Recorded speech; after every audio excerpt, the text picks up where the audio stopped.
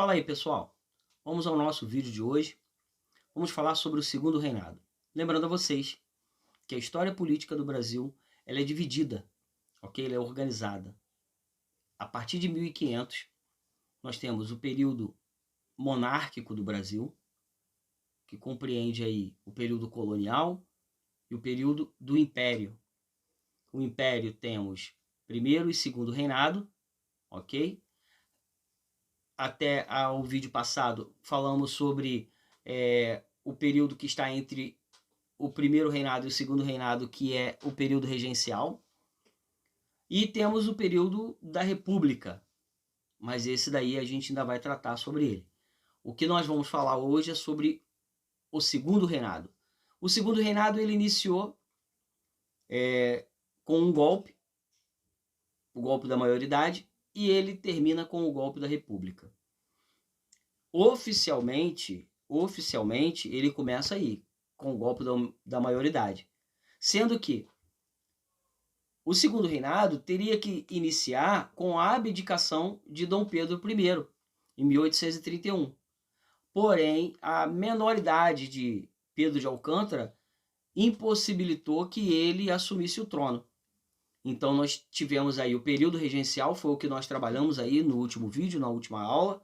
Falamos sobre as revoltas regenciais, falamos sobre a regência provisória, a regência una, a regência permanente, o ato adicional. E hoje nós vamos falar então sobre o segundo reinado. O Império adotou o parlamentarismo como um sistema de governo durante esse período. O café tornou-se o principal produto de exportação. E entrou em vigor algumas leis no Brasil no período do segundo reinado, leis estas que são interessantes porque elas vão direcionar o caminho do Brasil com relação à questão da escravidão, que é um dos pontos importantes para a crise do Império. Uma das leis que nós vamos citar aí nos próximos vídeos é a lei que proibiu o tráfico internacional de escravos. Nós também temos um período aí, nesse período nós temos a industrialização ganhando impulso dentro da nossa sociedade. A economia, ainda que dependente do café, vamos falar sobre o ouro verde também, ela já mostrava já aí o início da industrialização do país. E aí vamos falar também sobre o destaque importante do Barão de Mauá nesse processo aí da industrialização do país. Bom, a decisão de Dom Pedro II, logo de início ao governar o Brasil, a questão do parlamentarismo, todas essas questões aí são questões políticas que nós vamos abordar no nosso vídeo de hoje. Para parte da população, as revoltas provinciais, elas ameaçavam seus negócios. A estabilidade cotidiana do território brasileiro era o que preocupava muitas pessoas. Com essa instabilidade social, essa instabilidade política, houve então a decisão de aclamar Pedro de Alcântara aos 14 anos de idade como imperador do Brasil. Essa foi a solução escolhida pelo governo central, no caso os regentes, para encerrar a regência, ok? E transferir o poder para Pedro de Alcântara. Porém, em 1840, o príncipe tinha 14 anos de idade. Então, eles fizeram aí o que nós chamamos de golpe da maioridade. Declararam que Pedro de Alcântara tinha atingido um nível intelectual suficiente para assumir o comando do Brasil. Assim, o legislativo, então, mudou a lei e o príncipe, aos 14 anos de idade, então, assumiu o trono do Brasil. Em julho de 1840, Pedro de Alcântara foi coroado imperador e aí ele recebe o título de Dom Pedro II. Bom, o que acontece no cenário político? No vídeo passado nós falamos aí sobre os três principais grupos políticos, as tendências políticas daquele momento no Brasil. E nós vamos ver agora que ao longo do segundo reinado, dois grupos políticos eles se fortaleceram e eles ganharam destaque dentro do cenário político, que foi o Partido Conservador e o Partido Liberal. Surgiu da aliança entre os antigos restauradores e os liberais moderados, o Partido Conservador. E o Partido Liberal, ele é um herdeiro daqueles que queriam a abdicação de Dom Pedro I. Alguns liberais estiveram, inclusive, envolvidos em revoltas que ocorreram durante o período regencial. Ao assumir o trono, Dom Pedro II, então, ele tinha que tomar uma decisão estratégica. Ele escolheu políticos do Partido Liberal para compor o primeiro ministério do seu reinado. Era uma forma de recompensar, uma forma de retribuir a esses políticos favoráveis à antecipação da maioridade, retribuir esse favor, porque foram eles que articularam aí, de certa forma, esse golpe da maioridade. Depois de articulado aí quem iria compor o seu ministério, houve então a eleição para escolher os novos deputados no Brasil. Essas eleições foram marcadas por um clima de tensão e disputa entre os liberais e os conservadores. Não pensem vocês que discussão política, debate político entre opositores é uma coisa nova no Brasil. Não, não, isso daí é antigo. Homens, para vocês terem ideia, homens contratados pelos liberais invadiram locais de votação, batendo, agredindo os eleitores e ameaçando de morte os seus adversários. E não por acaso, as eleições desse ano, elas foram conhecidas como eleições do cacete, porque de fato o pau estancou, o pessoal estava saindo mesmo na pancada por conta da eleição.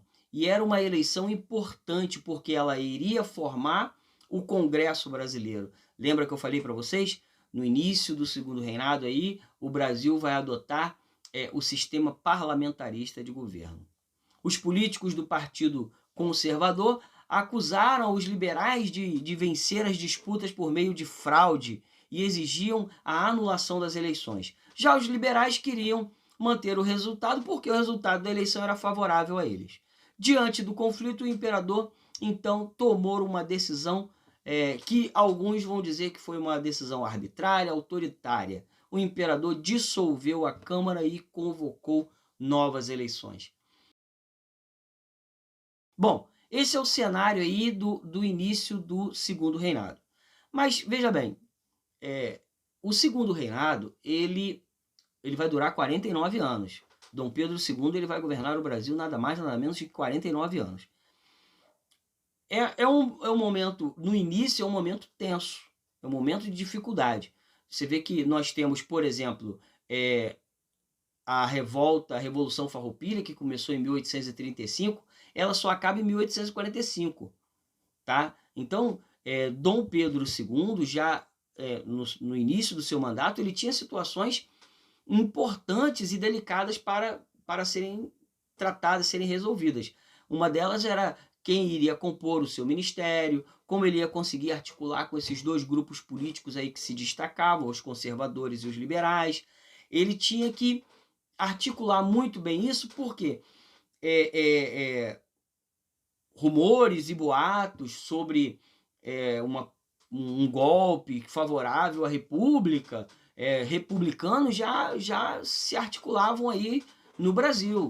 Tudo bem que o golpe só vai acontecer 40 anos depois, mas nós temos que enxergar que a República, ela ali já tinha gente já que falava de República no Brasil. Então, agradar os dois lados aí, opositores, foi uma estratégia interessante para Dom Pedro II. O que ele não contava era que essa eleição aí para compor o Congresso, ela fosse uma eleição tão conturbada a ponto dele ter que anular a eleição e convocar outra. Só que ele também não esperava ou que essa atitude dele fosse desagradar aí pessoas importantes dentro do cenário político brasileiro.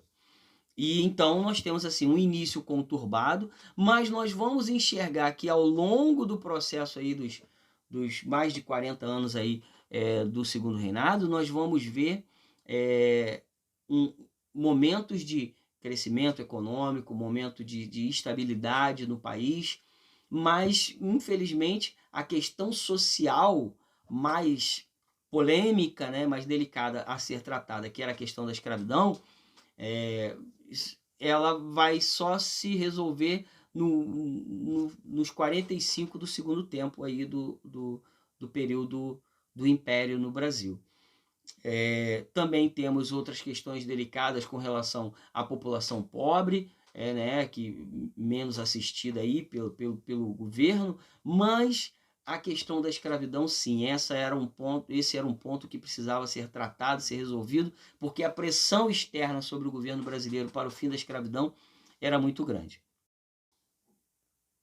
Bom, galera, um outro ponto importante aí de destaque no século XIX é a questão do desenvolvimento industrial no Brasil. O desenvolvimento industrial brasileiro, estimulado por uma série de fatores, ele contribuiu para o crescimento das cidades em vários aspectos. Não só o crescimento geográfico, mas também o crescimento do número de pessoas aí. Nós precisamos dar um destaque aí aos investimentos feitos pelos produtores de café no Brasil. Na década de 1880, o Brasil contava com 600 indústrias aproximadamente concentradas na região sudeste, onde trabalhavam quase 55 mil operários nos setores têxteis e também alimentício e metalúrgico. O que é importante destacar aqui, que esse setor industrial ele contribuiu de forma assim relevante para o desenvolvimento do país no século XIX.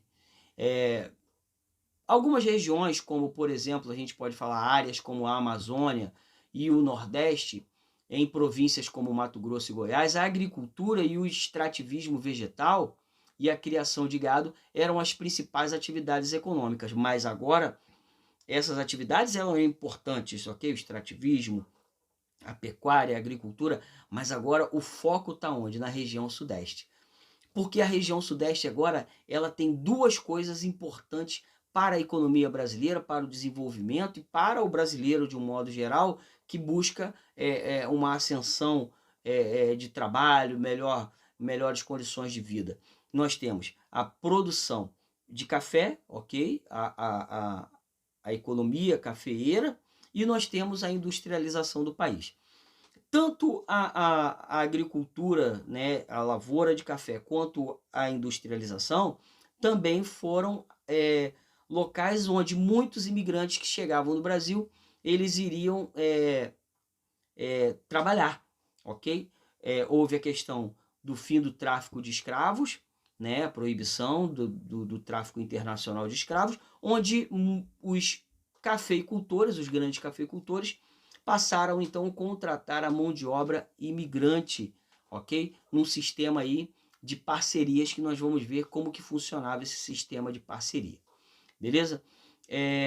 Mas veja bem, com relação à escravidão no Brasil, nós temos que falar o seguinte: o escravizado no Brasil nesse momento não era só aquele que trabalhava na lavoura, não era aquele que só trabalhava no campo, não, tá bom?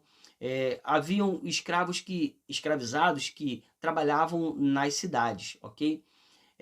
Mas nas cidades era mais difícil vigiar o cativo o tempo todo, ok? Porque nelas viviam africanos escravizados e africanos que eram livres. Assim era difícil de definir apenas, né, pela cor, se o indivíduo era livre ou não, ou se pelas roupas, né, que o cara vestia, se ele era livre ou não. Os escravos trabalhavam como carregadores, eles trabalhavam como operários, eles trabalhavam como artesãos, sapateiros, barbeiros, artistas, trabalhavam também em pedreiras para ocupar, né, essas vagas de trabalho aí que surgiam no Brasil nessa efervescência, nessa convulsão social aí, esse Brasil do século XIX. Até a extinção do tráfico africano, os escravos no Brasil, ou os escravizados no Brasil, eram em cerca aí, mais ou menos de 33% da população brasileira. No Rio de Janeiro, para se ter ideias, eles compunham quase a metade dos habitantes de toda a cidade do Rio de Janeiro. Bom, galera, eu estou fazendo aqui para vocês aqui um resumo dos aspectos políticos e econômicos do Brasil nesse século XIX aí, né, na primeira metade do século XIX, as transformações políticas e econômicas que refletiram, né, que repercutiram nos aspectos sociais no país também. Beleza? Vamos lá para o segundo momento da nossa aula e vamos dar continuidade agora ao vivo.